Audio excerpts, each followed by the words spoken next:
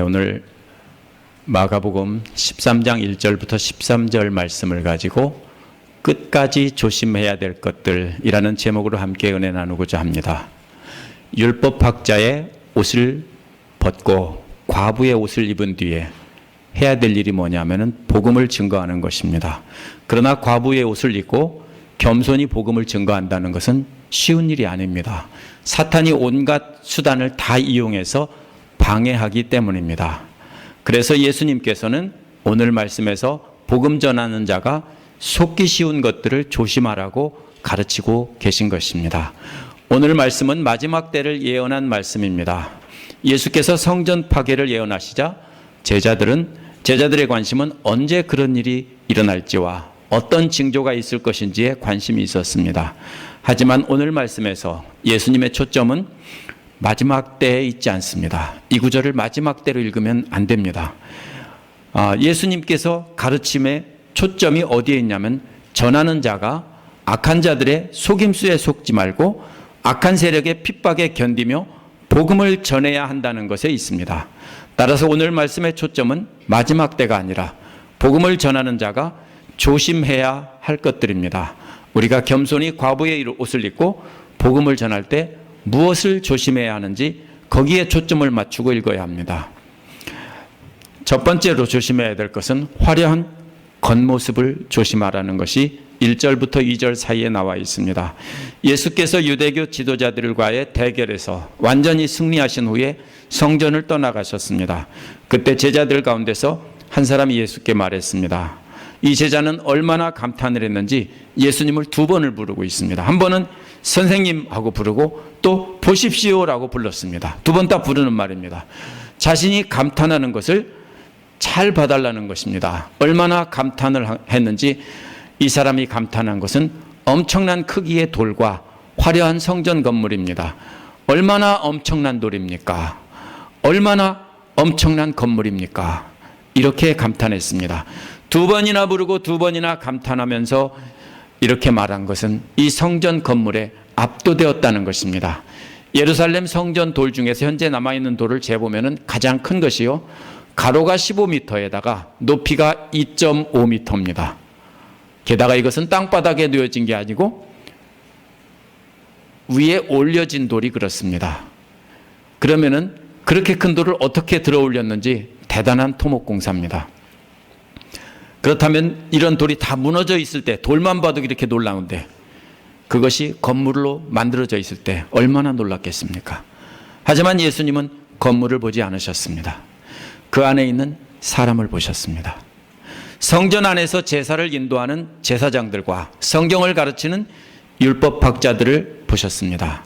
저들을 보시고 이미 그 성전과 그 안에 있던 모든 사람들을 용도 폐기를 선언하신 것이 바로 앞에 나와 있었습니다. 그래서 예수님은 너는 이 웅장한 건물을 보느냐? 라고 물으신 겁니다. 이 물음이 무슨 뜻입니까? 건물은 대단하지만 예수님은 건물을 보지 않으신다는 뜻입니다.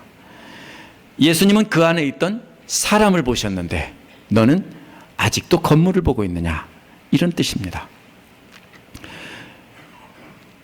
예수님은 사람을 보라고 했습니다. 그런데 이 사람은 건물을 보면서 감탄사만 연발하고 있었습니다.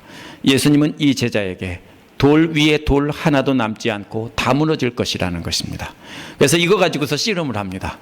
돌 위에 돌 하나도 남지 않고 다 내려놓으려면 1년에는 부족하다 이러면서 따지는 사람이 있습니다. 머리 나쁜 학자들이 그러는데요, 이게 그런 뜻이 아닙니다. 돌 위에 돌이 하나도 남지 않는다는 것은 실제로 돌 위에다 돌 한 개도 안 남겨놓는다는 뜻이 아니라 완전히 파괴된다는 표현입니다. 완전히 파괴돼서 회복시킬 수 없을 만큼 완전히 파괴된다는 뜻입니다. 성전이 완전히 무너진다는 말씀 뒤에, 바로 뒤에 무슨 얘기가 나오냐면 예수님의 순환 이야기가 나옵니다. 그래서 성전 파괴는 곧 예수님의 순환 이야기와 연결이 됩니다. 요한복음 2장 19절에 보면 예수께서 이 성전을 허물어라, 그러면 내가 사흘 만에 세우겠다라고 했습니다. 마가복음 14장 58절에서도 이 말을 가지고 고소하는 사람들이 나옵니다. 이 눈에 보이는 화려한 성전이 완전히 무너질 것이라는 것은 이제 예수님도 곧 그렇게 완전히 무너질 것이라는 것을 나타냅니다. 그러면서 부활하셔서 보이지 않는 성전이 되시겠다는 말입니다. 따라서 예수님의 답변은 화려한 성전 건물에 속지 말라는 겁니다. 진짜는 예수님이라는 겁니다. 이탈리아 로마에 있는 바티칸 시국에 가면은 성 베드로 성당이 있습니다. 대리석으로 정말 웅장하고 아름답게 지어졌습니다. 그 건물을 보면 우리도 제자들과 똑같이 감탄사를 연발할 수밖에 없습니다. 한번 성지순례 갈 때 꼭 한번 가보세요. 또 유럽 각지에 놀라울 정도로 웅장하고 아름다운 예배당들이 있는 것을 볼 수 있습니다. 어떤 건물들은 짓는 데만 수백 년 걸린 것도 있습니다.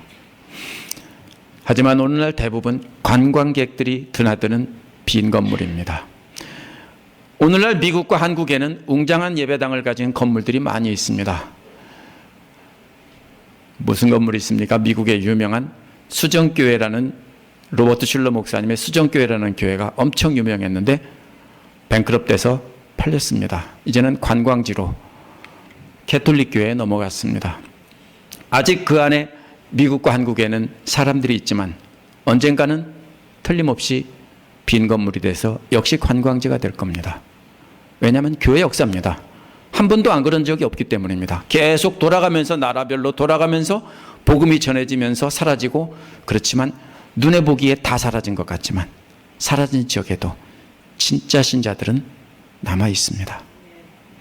오늘날 우리도 이런 건물에 속으면 안 된다는 것입니다. 건물은 성전이 아닙니다. 성전은 성령님이 거하시는 우리 몸이 바로 성전입니다. 따라서 건물 안에 있는 진짜 성전인 성도들을 봐야 됩니다. 그 안에 과부의 옷을 입고 겸손히 섬기며 복음을 전하고 가르치는 사람들을 가득하다면 그때는 정말로 감탄을 해야 됩니다. 와 하고 감탄을 해야 됩니다. 우리는 그것을 봐야 됩니다. 성전은 성령의 전인 성도들이 모인 것이 교회이지 건물은 교회가 아닙니다. 제가 어릴 때만 해도 건물을 교회라고 부르는 사람은 아무도 없었습니다. 우리 증조할머니가 교회를 다니셨는데 뭐라고 하셨냐면 꼭 예배당이라고 했지 절대로 교회라고 부른 적이 없었어요. 옛날에는 다 예배당이라고 불렀어요. 그게 맞는 말인데 어느 날부터 건물을 교회라고 부르기 시작했습니다. 건물은 교회가 아닙니다. 예배당입니다. 건물은 사람들입니다. 여기서 보면은 오늘날 예배당 건물을 가지고 뭐라고 합니까? 지으면서 성전 건축이라고 하는 말은 분명히 틀린 말입니다. 말이 안 되는 말입니다. 성경에도 없는 말이고 구약시대의 성전이 오늘날 교회 건물이 될 수 없습니다. 이미 성전은 끝났습니다. 예수님의 답변은 이러한 화려한 겉모습에 속지 말라는 것입니다. 화려한 건물이 성전이 되는 시대는 벌써 예수님 시대에 끝이 났습니다. 예수님께서 용도 폐기 선언을 하셨기 때문입니다. 그래서 우리가 속지 말아야 될 첫 번째 것은 화려한 건물이나 화려한 겉모습에 속지 말라는 것입니다. 그것이 교회인 줄 알고 그것이 하나님의 영광인 줄 아는데 그것은 하나님의 영광이 아닙니다. 사람들의 사기입니다. 하나님의 영광은 뭡니까? 그 안에 있는 과부의 옷을 입고 섬기는 성도들이 바로 하나님의 영광입니다. 절대로 속지 말라는 겁니다. 두 번째로는 5절에서 8절에는 거짓 가르침을 조심하라는 것입니다. 이러한 질문과 대답을 다른 제자들도 들었습니다. 그래서 예수께서 기드론 골짜기를 지나서 성전 맞은편에 올리브산으로 올라가셨습니다. 예루살렘에 가보면 성전산과 그 아래 기드론 밸리가 있고 반대편에 올리브산이 있습니다. 그때 4명의 제자가 따로 물었습니다. 이 성전 맞은편의 올리브산은요, 예루살렘 성전을 찾은 순례객들이 즐겨 찾는 관광 코스입니다. 왜냐하면 성전 전체를 한눈에 바라볼 수 있는 좋은 장소이기 때문입니다. 오늘날로 말하면 가이드들이 사진 찍는 배경으로 데리고 가는 곳이 그런 곳입니다. 거기에 가면 성전 전체가 다 배경으로 들어옵니다. 그래서 이때 다른 제자들은 떨어져 있고 4명의 제자들만 예수님과 따로 있을 때 물었다는 겁니다. 그 따로라는 말이 그런 말입니다. 이들 4명은 베드로의 형제들과 요한의 형제들입니다. 이들은 예수님의 첫 번째 제자들이고 모두 어부들입니다. 4명의 제자들의 질문은 2가지입니다. 첫 번째 질문은 언제 이런 일이 있겠느냐라는 것입니다. 이런 일이란 성전 파괴입니다. 유대인들에게 성전이 파괴된다는 것은 자신들의 종말이고 세상의 종말입니다. 그때가 언제냐는 것입니다. 또 이런 일이 일어날 때 징조가 무엇이 있겠느냐라는 것입니다. 이 징조라는 말은 마가복음 8장 11절에서 바리새파 사람들이 요구한 하늘로서 온 표징이라는 말과 똑같은 말입니다. 표징이나 징조나 똑같은 말입니다. 바리새파 사람들은 뭘 요구했습니까? 예수님의 가르침과 기적을 못 믿겠으니까 그것이 하늘로부터 온 것인지 아니면 귀신의 왕에게서 온 건지 증거를 대라 하는 것이 바로 표징이었습니다. 하지만 4명의 제자들은 예수님의 가르침을 못 믿어서 증거를 내놓으라는 것이 아니라 종말을 미리 알 수 있도록 증거를 알려달라는 것입니다. 그러면 결국 두 가지는 다 한 가지 질문입니다. 증거는 뭡니까? 마지막 때를 알려주시고, 만약 그렇지 않으면 마지막 때를 알 수 있는 증거들을 알려주시면 우리가 그 때를 미리 짐작할 수 있지 않겠습니까? 결국 뭡니까? 마지막 때를 알려달라는 것입니다.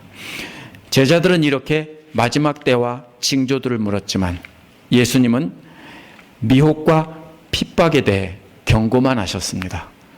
쉽게 말하면 질문에 대해서 엉뚱한 답을 한 것입니다. 물론 그 경고 안에 시기를 짐작할 수 있는 말이 있지만 예수님의 대답의 초점은 시기가 아닙니다. 초점은 조심하라입니다. 때를 말씀하신 것이 아닙니다. 5절의 제자들에게 조심하여라 라는 말입니다.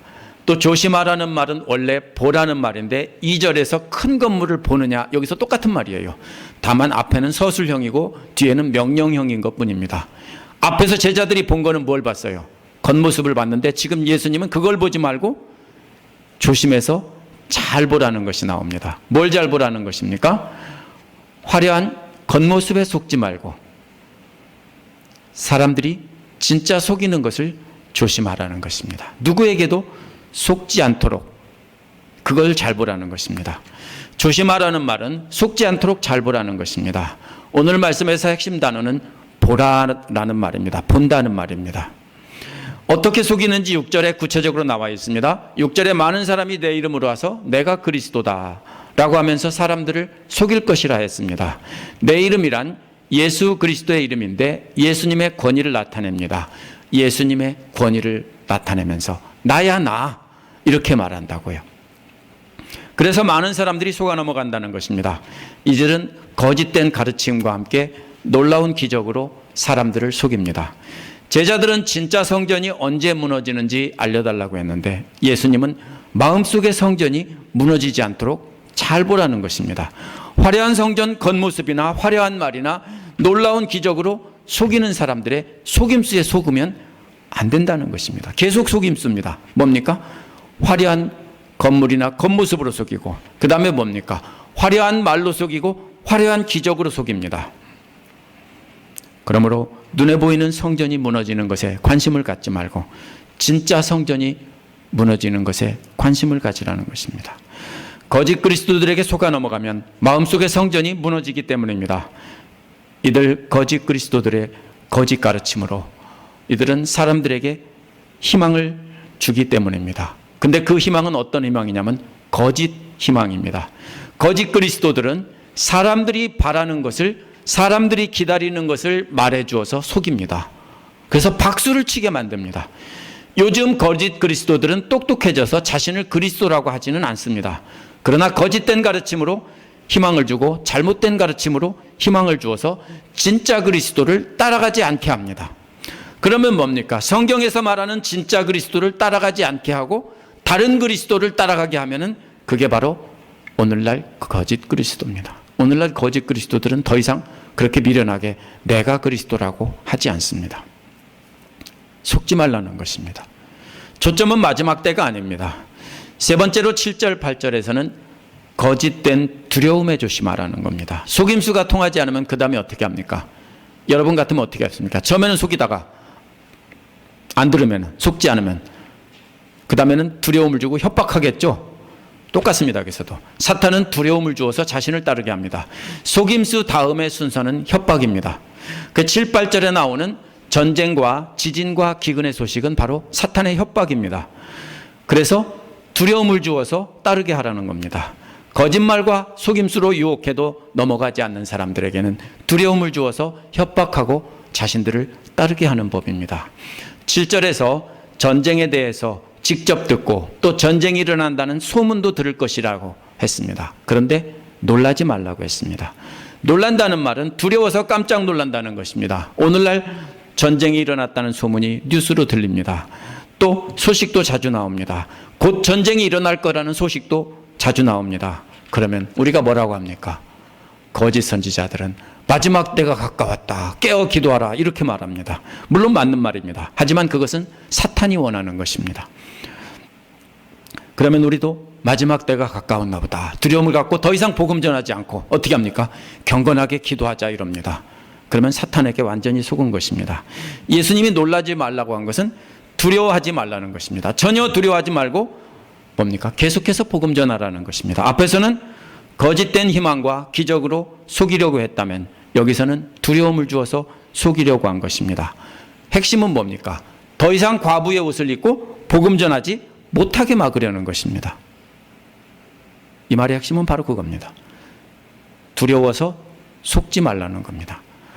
사탄은 복음이 전해지지 않도록 두려움을 주려는 것입니다. 예수님은 이러한 일들이 반드시 일어나야 하지만 끝은 아니라 하고 했습니다. 8절에 왜냐하면이라는 말로 이어집니다. 왜 아직 끝이 아닌가면 하는 말입니다. 그 내용은 민족이 민족을 맞서 일어나고 나라가 나라를 맞서 일어난다는 것입니다. 그 다음에 지진이 일어난다겠고 기근이 든다고 했습니다. 그런데 전쟁과 지진과 기근 사이에 접속사가 없습니다. 원래는 있어야 돼요. 반드시 있어야 돼요. 그리스어는요, 영어와 달리 접속사를 아무데나 다 집어넣습니다. 여기서는 없어요. 일부러 뺀 겁니다. 왜 그렇습니까? 왔노라 보았노라 이겼노라처럼 뭡니까? 아주 긴박하게 일어나는 것들을 강조하는 겁니다. 그러면 이 세 가지는 뭡니까? 전쟁과 지진과 기근은 순서대로 차례차례 일어난다는 말이 아니라 동시다발적으로 일어난다는 말입니다. 그것을 강조한 것입니다. 그래서 여기저기서 전쟁이 일어나고 지진이 일어나고 기근이 일어난다는 것입니다. 이 재난의 순서는 순서대로 일어나는 것이 아닙니다. 전쟁과 지진과 기근, 이 세 가지가 뭡니까? 고대로부터 오늘날까지 사람들이 가장 두려워하는 것입니다. 재난 중에서 제일 두려운 것은 허리케인이 아니에요. 제일 두려운 것은 지진입니다. 그리고 제일 두려운 것은 전쟁보다 더 두려운 게 뭔지 아세요? 기근이에요. 먹을 게 없어서 굶어 죽는 거예요. 전쟁은 이기면 먹을 게 있지만은 기근은 다 죽는 겁니다. 그러면 전쟁과 지진과 기근은 고대 사람들에게 엄청난 공포를 주던 것들입니다. 이거를 통해서 뭘 합니까? 사람들에게 복음을 전하지 못하게 막으려는 것입니다. 이런 일들은 뭐라고 했습니까? 진통의 시작이라고 그랬죠? 진통이라는 말은 산모가 아이를 낳을 때 쓰는 말입니다. 이제 산모의 진통이 시작되었다, 이런 말입니다. 그러면 무슨 소리입니까? 시작되었으면 앞으로 무슨 소리예요? 계속 일어난다는 뜻입니다. 점점 더 강해진다는 뜻입니다. 진통의 간격도 점점 더 줄어들 것입니다. 이는 출산의 때가 임박했다는 것입니다. 따라서 전쟁이나 지진이나 기근의 소문은 출산의 때가 임박했다는 것이지 두려워할 일이 아니라는 것입니다. 앞에서 거짓 그리스도가 나타나 속이는 것은 사탄이 하는 일입니다. 과부의 옷을 입고 겸손히 예수 그리스도를 증거하며 가르치는 사람들을 숫자를 줄이려는 겁니다. 그런데 그러도 안 되자 이번에는 두려움을 주어서 행동을 멈추게 하는 겁니다. 잘 보세요. 앞에서는 속여가지고 복음 전하는 사람의 숫자를 줄이려는 건데 그게 안 되니까 나중에는 두려움을 줘서 모두가 다 그 행동을 멈추게 하려는 겁니다. 숫자를 줄이는 것이나 행동을 멈추게 하는 거나 결국 효과는 똑같습니다. 어떤 게 더 큰 효과입니까? 믿는 자들이 복음 전하지 않고 두려워서 숨어 있으면서 아멘 주여 어서 오시옵소서 그러면 속는 거예요. 그런데 진통이 점점 더 일어나고 출산에 일어날수록 출산의 때는 임박한 것입니다. 그러나 하나님은, 예수님은 그 진통이 얼마 동안 지속될지 말씀하지 않으셨어요. 또 출산일이 언젠가도 초점을 맞추면 안 됩니다. 그건 다 사기꾼들이에요. 언제가 출산일이다 하면 다 사기꾼들이에요. 속지 말고 두려워하지 말라는 데 초점이 있습니다. 앞에서 지금까지는 다 뭡니까? 절대로 속아 넘어가지 말라. 그 다음에 두려워서 멈추지 말라 이것입니다. 세 번째로는 9절에서 13절은 자기 자신을 조심하라는 것입니다. 사단의 첫 번째 수작, 사실은 첫 번째 수작은 건물 보고 속는 것이지만 여기서 구체적으로 속임수는 거짓 그리스도를 통해서 속임수이고, 두 번째 수작은 두려움을 통해서 멈추게 하려는 것인데, 이 두 가지는 다 직접적인 핍박이 아닙니다. 자신들에게 직접 오는 핍박이 아닙니다. 그러나 이 두 가지 수작이 통하지 않을 때 세 번째는 진짜입니다. 세 번째는 뭡니까? 너희는 스스로 조심하여라 라고 9절에 말했습니다. 이제는 자기 자신을 지키라는 것입니다. 잘 보라는 것입니다. 자기 자신을 잘 보고 지키라는 겁니다. 사탄이 어떻게 한다고요? 이제는 여러분을 직접 핍박해서 여러분을 어떻게 합니까? 마음을 빼앗아가지고 굴복시킨다는 것입니다. 앞에서는 속지 않고 두려워하지 않으면 끝이었습니다. 그런데 이제는 그것만으로는 안 된다는 것입니다. 직접적인 핍박이 오는데, 그래서 자기 자신을 조심하라는 것입니다. 9절에 난 핍박은 3단계입니다. 첫 번째는 공회에 넘겨질 것입니다. 세 번역에서는 법정이라고 했는데 이것은 사내들인 공회를 말합니다. 유대교의 종교재판을 하는 것입니다. 공회에 넘겨져서 종교재판을 받는다는 것입니다. 이것이 1단계 핍박입니다. 그런데 이것은 사법권이 없기 때문에 처벌할 권한이 없습니다. 그래서 회당에서 두 번째로 매를 맞을 것이라는 겁니다. 자기들이 솔직히 할 수 없으니까. 그러나 회당 안에서 종교적인 일로 인해서 벌을 주는 것은 로마 제국에서도 허용했기 때문에 회당 안에서 매를 맞는 것입니다. 그러나 그거 가지고서는 성이 안 찹니다. 그래서 어떻게 합니까? 이것이 2단계 핍박인데, 그 다음에 3단계는 총독과 임금들에게 넘긴다고 했습니다. 실제로 사법기관에 넘겨서 형벌을 받게 하는 것입니다. 예수님을 십자가 처형할 때도 이와 같은 순서로 벌을 줬습니다. 그래서 로마 총독과 헤로데에게 넘겼던 것입니다. 그런데 9절 끝부분에서 반전이 나옵니다. 이렇게 3단계 핍박을 받는 것은 총독과 임금들 앞에 서서 증언을 하기 위한 것이다, 이렇게 말했습니다. 핍박이 목적이 아닙니다. 사탄이 이렇게 핍박하지만 그 핍박 속에서 하나님은 거꾸로 우리가 임금들 앞에서, 총독들 앞에서, 정치 권력자들 앞에서, 높은 사람들 앞에서 우리가 복음 전하게 될 것이다, 이런 말입니다. 증언이란 예수 그리스도를 증언하는 것입니다. 예수님도 자신을 심판주로 그 자리에서 증언을 했습니다. 바울도 아그리빠 왕 앞에서 예수 그리스도를 증언했습니다. 이러한 핍박은 예수 그리스도를 증거하는 기회가 됩니다. 그런데 자기 자신을 잘 지키라고 한 말은 핍박 때문에 고통이 심하니까 자기 자신이 진짜 해야 될 임무를 잊어버린다는 겁니다. 그래서 결정적인 순간에 고통 때문에 복음을 증거해야 된다는 것을 잊어버린다는 거예요. 그래서 자기 자신을 잘 지키라고 한 겁니다. 그래서 핍박을 통해서 복음 증거를 잊게 하려는 것이 사탄의 수작입니다. 그러나 이러한 핍박을 받을 때 특히 우리 자신을 잘 지켜야 합니다. 고통 때문에 믿는 자의 임무인 예수 그리스도를 증거하는 것을 잊으면 안 된다는 것입니다. 그것이 바로 자기 자신을 조심하는 것입니다. 이러한 핍박은 단순히 총독들과 임금들 앞에서만 증언하는 것이 아닙니다. 그것은 총독들과 임금들에게 먼저 전해야, 그 당시에는 총독과 임금이 나라를 지배하고 종교까지 통치하기 때문에 그렇게 한 것입니다. 그 10절에서 모든 민족이란 이 말이 나옵니다. 모든 민족에게 복음이 전파되어야 한다라고 했습니다. 모든 민족이란 오늘날 전 세계라고 생각하면 안 됩니다. 성경에서 모든 민족이란 로마 제국 안에 있는 모든 민족을 말합니다. 따라서 뭡니까? 바울이 말하는 땅끝 스페인까지 복음이 전해지는 것을 말합니다. 물론 오늘날은 전 세계를 뜻할 수 있지만 1차적으로 이 성경이 기록된 당시 사람들의 머릿속에 있는 모든 민족은 바로 로마 제국 안에 있는 모든 민족들입니다. 먼저라는 말에 주목하시기 바랍니다. 성전이 파괴되는 것보다 먼저 이루어질 것은 로마 제국 안에 복음이 전파되는 것입니다. 이게 이루어졌을까요? 실제로 이루어졌습니다. AD 70년 이전에 바울이 선교를 끝냈고 바울이 죽은 뒤에 바울과 다른 제자들이 계속 이어서 복음을 전파해서 로마 제국 안에 복음 전파가 끝났습니다. 이러한 핍박은 11절을 보시면 이처럼 사람들이 믿는 자들을 끌고 가서 고문을 하고 핍박을 할 때 무슨 말을 해야 될까? 걱정하지 말라는 겁니다. 근데 걱정하지 말라는 말은 미리 걱정하지 말라는 겁니다.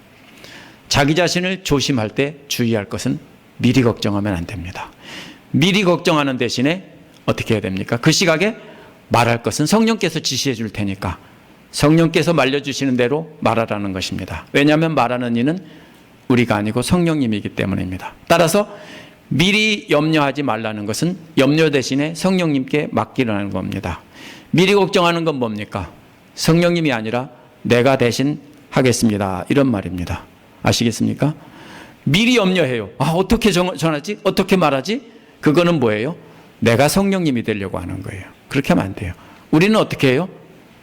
맡기는 거예요. 그리고 성령님을 의지하면 그 순간에 성령님께서 우리에게 할 말을 주신다는 겁니다. 따라서 우리도 핍박을 받을 때 어떻게 전해야 될까 고민할 필요가 없습니다. 무슨 말해야 될지 생각할 필요가 없습니다. 베드로와 이 제자들이 고문을 받을 때 뭐라고 했습니까? 저 무식한 자들이 어떻게 저렇게 놀라운 지혜를 어디서 얻었느냐 이렇게 말하죠. 베드로가 한 말이 아니고 성령께서 가르쳐준 말이기 때문입니다. 성령께서 우리에게 주시는 말을 그대로 전하면 됩니다. 우리는 미리 염려할 필요가 없습니다. 12절에서 13절 앞부분은 믿는 자들이 얼마나 배척을 받을지 말하고 있습니다. 믿는 자들은 단순히 권력자들에게만 배척을 받는 것이 아닙니다. 12절에 보면 형제가 형제를 죽는 데 넘겨주고 아버지가 자식을 죽는 데 넘겨준다고 했습니다. 이것은 단순히 영적으로 해석해서 영적인 아버지가 자식을, 영적인 형제가 형제를 이런 뜻이 아닙니다. 진짜 사랑하는 육신의 형제가 죽는 데 넘겨주고 아버지가 자식을 죽는 데 넘겨주고 자식이 부모를 거슬러 부모를 죽일 거라는 겁니다. 진짜로 그럴 거라는 겁니다. 무슨 말입니까? 가족이 해체된다는 것입니다. 가족은 가장 친밀한 공동체입니다. 어떤 경우에도 해체할 수 없는 것이 가족 공동체입니다. 그런데 마지막 때는 사탄이 복음 전파하기 위해서 가족까지도 해체하면서 핍박한다는 것입니다. 가족을 통해서 복음 전하지 못하게 한다는 것입니다.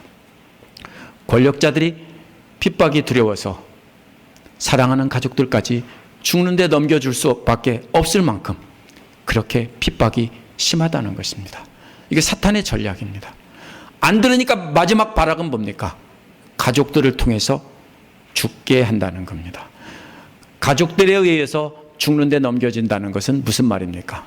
이건 갈 때까지 다 왔다는 말이고 나머지 모든 사람들이 다 핍박할 것은 말할 필요도 없다는 것입니다. 이걸 가지고 가족만 핍박할 것이다 이렇게 생각하면 안 됩니다. 12절에 말한 것을 분명히 다시 말하는데 사랑하는 부모 형제와 부모 자녀와 형제 자매들로부터 배척을 받는다는 것은 모든 사람에게서 배척받는다는 것입니다.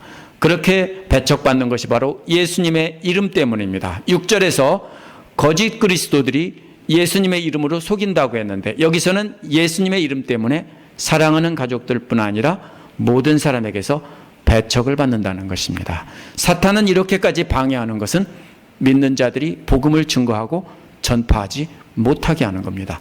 사탄이 제일 무서워하는 것은 과부의 옷을 입고 겸손히 섬기면서 복음 전하는 것입니다.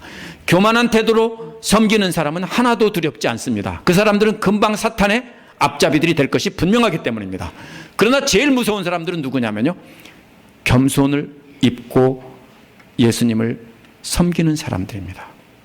그걸 막기 위해서 이렇게 수단 방법 가리지 않고 점점 더 강화하는 것입니다. 이러한 핍박에도 끝까지 견디는 사람은 구원을 얻는다는 것입니다. 7절에도 끝이라는 말이 나오는데 7절의 끝과 13절의 끝은 의미가 다릅니다. 7절의 끝은 관사가 붙어 있어서 성전 파괴를 뜻하는 말입니다. 더 끝입니다. The end입니다. 그런데 그래서 이것은 유대교의 마지막을 뜻합니다. 그러나 13절의 끝에는 관사가 없기 때문에 마지막 즉 죽기까지입니다. 그러면 뭡니까? 우리 각 사람이 죽는 순간까지라는 뜻입니다. 죽기까지 인내하면서 복음을 전하는 사람은 구원을 받을 것이라는 겁니다. 무슨 말입니까? 복음 전파하는 자는 핍박을 피할 수 없는데 언제까지? 순교하기까지 복음 전하는 것을 쉬지 않고 복음 전하는 사람은 구원을 받을 것이라는 것입니다. 따라서 우리가 핍박을 피하게 해달라고 기도하면 안 됩니다. 우리가 진짜로 기도해야 될 것은 핍박 중에도 끝까지 견디며 죽기까지 복음 증거하는 일을 쉬지 않게 해달라고 기도해야 합니다. 다미선교회는 1992년 10월 28일에 세계의 종말과 함께 휴거가 있을 것이라고 주장했습니다. 제가 부여에서 대전까지 2시간 동안 버스로 출퇴근할 때 버스에 타기만 하면 논산에 정차하면 꼭 이 사람들이 타서 소리쳤습니다. 옷에다가 쓰고 다가올 미래를 준비하라 이렇게 쓰고서 다녔습니다. 그런데 이 사람들만이 아닙니다. 세계 곳곳에 이와 비슷한 사람들이 있었습니다. 이들은 공통점은 흰 옷을 입고 직장도 그만두고 정해진 때를 기다리라고 했습니다. 그러나 이들은 모두 마귀의 하수인들입니다. 속아 넘어간 겁니다. 성경을 잘못 해석했어요. 이게 마지막 때를 두려워하고 이제 곧 다 됐다라는 뜻으로 잘못 해석한 거예요. 이건 예수님은 마지막 때 얘기가 아니에요. 종말이 올 것이라는 얘기가 절대로 아닙니다. 종말 권사님 죄송합니다. 종말이 올 것이라는 뜻이 아니라고요. 이게 뭐라고요? 마귀는 점점 핍박을 할 텐데 복음을 전하지 못하도록 핍박할 텐데 속지 말라는 것이지 종말 예언 아니에요 이거요. 오늘 종말 권사님 이름 실컷 불러봅니다. 자, 그러면 우리가 두려워서 이것을 그만두고 주님 오시길 기다린다면 우리는 마귀한테 속아 넘어간 겁니다. 사람들은 오늘날도 제자들처럼 마지막 때와 그 징조를 알고 싶어 합니다. 그래서 자기가 계시록을 다 해석해서 마지막 때를 자기가 파악했다. 그래서 언제 온다. 다 사기꾼들입니다. 쉽게 말하면, 좀 심하게 말하면 전부 마귀의 하수인들입니다. 왜냐하면 계시록은 그렇게 해석하라고 준 것이 아닙니다. 마가복음 13장 32절에 보면 그날과 그때는 아무도 모른다고 했습니다. 하늘의 천사도 모르고 아들도 모르고 오직 아버지만이 안다는 것입니다. 무슨 뜻이에요? 사실은 아버지도 정하지 않았다는 뜻이에요. 뭐예요? 아버지도 날짜를 정해놓고 때를 정해놓고 이때다 딱 이게 아니에요. 기다리고 계시는 거예요. 복음이 전파되기를 기다리며 참으며 마지막 때를 기다리고 있는 것입니다. 이 마지막 때는 열려있는 마지막 때이지 몇 월 며칠 몇 시 정해 있는 것이 아닙니다. 그래서 예수님은 그날과 그때는 아버지만 안다라고 한 것입니다. 따라서 오늘 말씀을 마지막 때를 짐작하는 구절로 해석하면 헛다리 짚는 겁니다. 제자들은 때와 징조에 관심을 가졌지만 예수님은 속지 말고 두려워하지 말고 끝까지 견디라는 것입니다. 집에 가서 영어 성경 다시 한번 읽어보세요. 직역한 성경. 여기에서 반복되는 명령어들이 핵심 단어인데요. 속지 말고 두려워하지 말고 끝까지 견디라는 것이 전부 명령어들입니다. 전부 보라는 것입니다. 잘 보라 잘 보라 잘 보라. 그것이 뭡니까? 속지 말고 두려워하지 말고 끝까지 견디라. 이게 핵심이에요. 사탄이 속이는 첫 번째 방법은 화려한 건물이라고 했습니다. 놀라운 건물 보고 겉모습 보고 그 건물만 따라가게 했습니다. 오늘날도 역시 화려한 건물로 사람들을 속이는 경우가 있습니다. 건물이 나쁘다는 게 아닙니다. 우리는 오직 과부의 옷을 입은 사람들, 겸손히 섬기는 사람을 보고 감탄해야 되지 건물을 보고 감탄하면 안 됩니다. 성도가 많아서 큰 건물을 짓고 화려한 건물을 짓는 것은 나쁜 것이 아닙니다. 그럴 수 있습니다. 그러나 우리가 그걸 보고 감탄하면 안 됩니다. 그것은 겉모습만 화려한 것을 보고 감탄하면 사탄의 속임수에 넘어가는 것입니다. 두 번째로 조심하는 것은 거짓 가르침을 주는 거짓 그리스도입니다. 옛날에는 거짓 그리스도들이 내가 그리스도라고 했기 때문에 아주 간단했습니다. 그러나 오늘날 거짓 그리스도들은 똑똑해져서 절대로 그렇게 말하지 않습니다. 우리가 거짓 그리스도나 거짓 선지자를 구별하는 방법은 사람들에게 거짓된 희망을 주는가 아닌가 합니다. 사람들이 좋아하도록 위로의 말과 축복의 말을 하면서 사람들을 속인다면 이것은 거짓 그리스도입니다. 이렇게 거짓된 희망을 주어서 열광을 하게 한다면 아무리 수십만 명이 모인다고 해도 역시 거짓 선지자고 거짓 그리스도입니다. 진짜 하나님의 사람이라면 과부의 옷을 입고 겸손히 섬기라고 가르치지 절대로 사람들을 만족시켜 주려고 박수갈채 받으려고 하지 않습니다. 욕을 먹어도 할 수 없습니다. 건방지다고도 할 수 없습니다. 이건 제 말이 아니고 성경에 나온 것을 그대로 해석한 말이기 때문에 사실입니다. 오늘날 우리도 예수님이 욕먹은 것처럼 진정한 그리스도 일꾼이라면 욕을 먹을 수밖에 없습니다. 세 번째로 조심해야 되는 것은 거짓된 두려움입니다. 전쟁과 지진과 기근의 소문이 들려올 때마다 두려움에 휩싸여서 주님 올 때가 가까웠다면서 하던 일 멈추고 아멘 주 예수여 어서 오십시오 기다리면 사탄의 속임수에 넘어간 겁니다. 어떤 사람들은 이 구절을 가지고 뭐라고 합니까? 두려움을 주며 깨어 기도하라, 믿음을 굳세게 하라, 마지막 때를 준비하라 합니다. 그런데 마지막 때를 준비하는 건 맞는데, 그런데 복음을 전파하는 것을 두려워하고 산속에 들어가서 경건한 자신의 경건만 추구하면 완전히 속은 겁니다. 그렇게 하기 쉽습니다. 마지막 때라며 경건하게 해야 된다 하면서 금식하고 산에 들어가서 기도하고 자기 혼자만의 경건을 추구합니다. 완전히 속은 겁니다. 사기입니다. 사탄의 속임수입니다. 예수님도 두려움을 이기고 복음을 증거하라고 하셨지 절대로 주님 맞을 준비하면서 모든 걸 멈추고 기다리라고 하지 않으셨습니다. 언제 온지 모른다고 했어요. 예수님의 비유를 잘 보세요.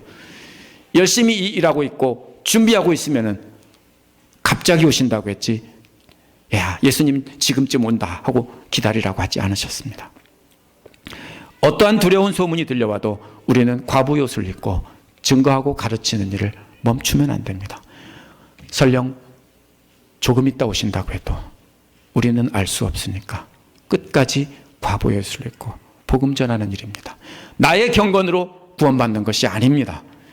우리가 금식하고 기도 많이 하고 방언하고 그래서 구원받는 것이 아니라 겸손히 섬김으로 구원받는 것입니다. 마지막으로 조심해야 될 것은 우리가 직접 핍박을 받을 때입니다. 우리가 받을 핍박은 단순히 권력자들만이 아니라 우리가 사랑하는 가족들에게까지, 모든 사람에게까지 다 핍박을 받는다는 것입니다. 예수님 부활 승천 이후에 제자들은 실제로 그런 일을 겪었습니다. 오늘날 사랑하는 가족들이 함께 믿는다면 참 좋은 일입니다. 그러나 주변 사람들이 우리를 핍박하지 않는다면 우리는 우리 자신을 돌아봐야 됩니다. 우리가 진짜 말씀대로 살고 있는지 아니면 거짓으로 믿는 척하는지 우리 자신을 돌아봐야 됩니다. 우리가 과부의 옷을 입고 겸손히 섬기며 복음을 전하고 가르친다면 많은 사람들이 배척할 것입니다. 그 배척은 점점 커질 것이고 우리의 신음소리도 점점 더 커질지도 모릅니다. 믿는 자들의 신음소리는 마지막 주님 오실 때 가장 커질 것입니다. 왜냐하면 산모가 아이를 낳을 때도 마지막 낳기 직전에 가장 큰 고통으로 소리치기 때문입니다. 우리는 이 말씀에서 종말의 때를 보려고 하면 안 됩니다. 예수님 말씀은 어떠한 시련이 오고 핍박이 오더라도 복음 전하는 일을 멈추지 말라는 겁니다. 화려한 사람이나 화려한 건물이나 각종 재난들이나 우리가 받는 핍박까지도 다 사탄의 속임수라는 것입니다. 심지어는 마지막 때라며 경건을 추구하라고 하는 것도 역시 사탄의 속임수입니다. 그 목적은 과부의 옷을 입고 복음 전하고 가르치는 일을 멈추게 하려는 것입니다. 예수께서 이 말씀을 통해서 우리에게 당부하는 것은 바로 그것입니다. 모든 민족의 복음이 모든 민족에게 전파되는 것입니다. 이를 위해서 끝까지 모든 속임수를 조심하면서 과부의 옷을 입고 겸손히 행하며 복음 전하는 일에 최선을 다하는 우리가 되어야 합니다. 기도하겠습니다.